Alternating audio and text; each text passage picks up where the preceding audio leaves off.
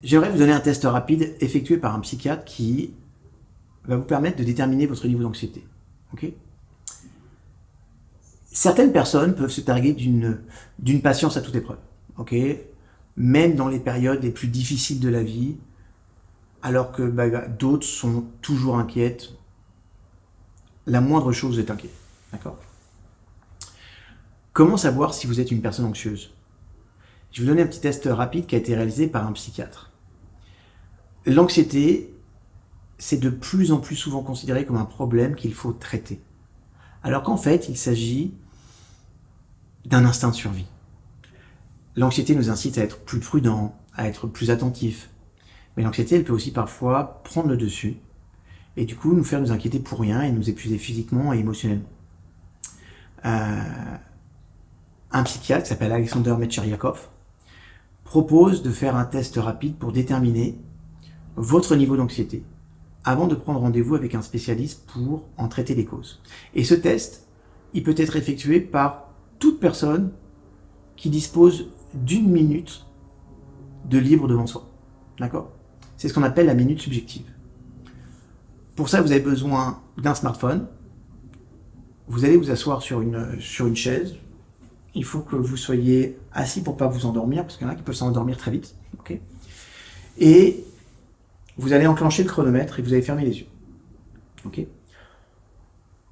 Donc vous mettrez par exemple le chronomètre, vous fermez les yeux et vous allez ouvrir les yeux à peu près au bout d'une minute. Vous ouvrez les yeux et vous regardez l'horloge. Okay.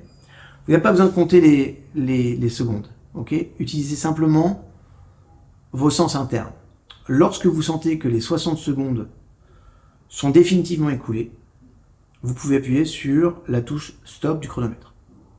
Ok? Et le résultat est intéressant. Donc je vous explique.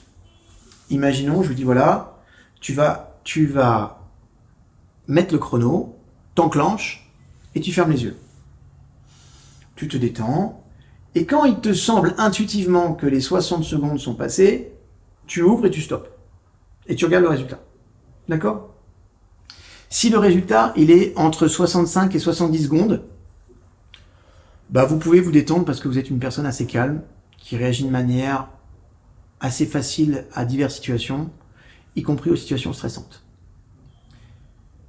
Si vous êtes entre 55 et 64 secondes, vous êtes un peu anxieux, mais c'est peut-être parce que vous êtes préoccupé par quelque chose en ce moment.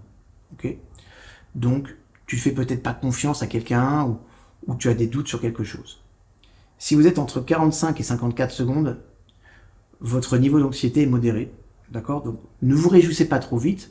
Il semblerait que vous soyez dans un état de tension mentale depuis un certain temps. Ça signifie que vous êtes maintenant très prudent, vous êtes un petit peu confus, un petit peu inquiet à propos de quelque chose. Je vous invite à réfléchir, c'est quoi la cause? Si vous êtes entre 35 et 45 secondes, votre niveau d'anxiété est élevé.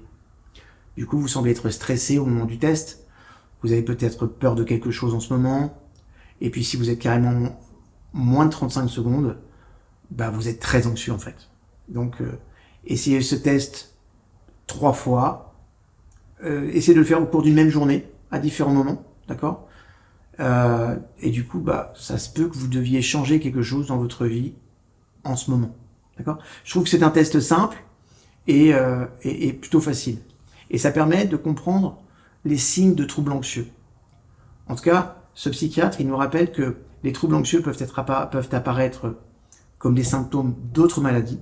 Et c'est d'ailleurs la raison pour laquelle tout le monde ne se rend pas compte que c'est l'anxiété qui en est la cause.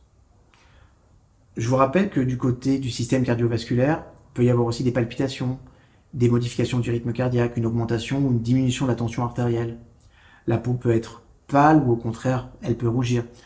En ce qui concerne le tractus gastro-intestinal, en fait, les patients ressentent des nausées et des vomissements, des douleurs abdominales. On parle d'anxiété, d'accord? Ce sont des signes. Il peut y avoir aussi des éruptations, une sécheresse de la bouche, parfois des flatulences, de la constipation. Il peut également y avoir de la fièvre, de la transpiration. Au niveau du système nerveux, il peut y avoir des vertiges, des tremblements incontrôlables, des frissons, on peut avoir la chair de poule. Parfois, les patients se plaignent de crises d'épilepsie, ils vont se plaindre d'insomnie, ou alors d'un appétit de loup, au contraire, carrément, ils n'ont pas faim du tout. Au niveau de l'appareil génito-urinaire, les troubles anxieux peuvent s'accompagner de démangeaisons, de douleurs, et des allers-retours fréquents aux toilettes. Donc c'est pas négligeable. Faites ce test, faites-le 3 fois par jour, 3 fois en une journée, pardon, et essayez de voir si les résultats sont toujours les mêmes. Si les résultats sont toujours les mêmes, ça vous donnera un bon indicateur de votre niveau d'anxiété en ce moment. Ça vous permettra d'en prendre conscience. Et si c'est le cas, bah, je vous invite sur cette chaîne, il y a plein de choses sur l'anxiété. Notamment, dernièrement, je vous ai fait une hypnose, une relaxation neurohypnotique sur l'anxiété. Ça peut être cool de regarder ça. Et d'aller chercher toutes les informations. En tout cas, l'anxiété, j'en parle souvent. Donc, vous avez des vraies réponses sur cette chaîne ou même dans les programmes.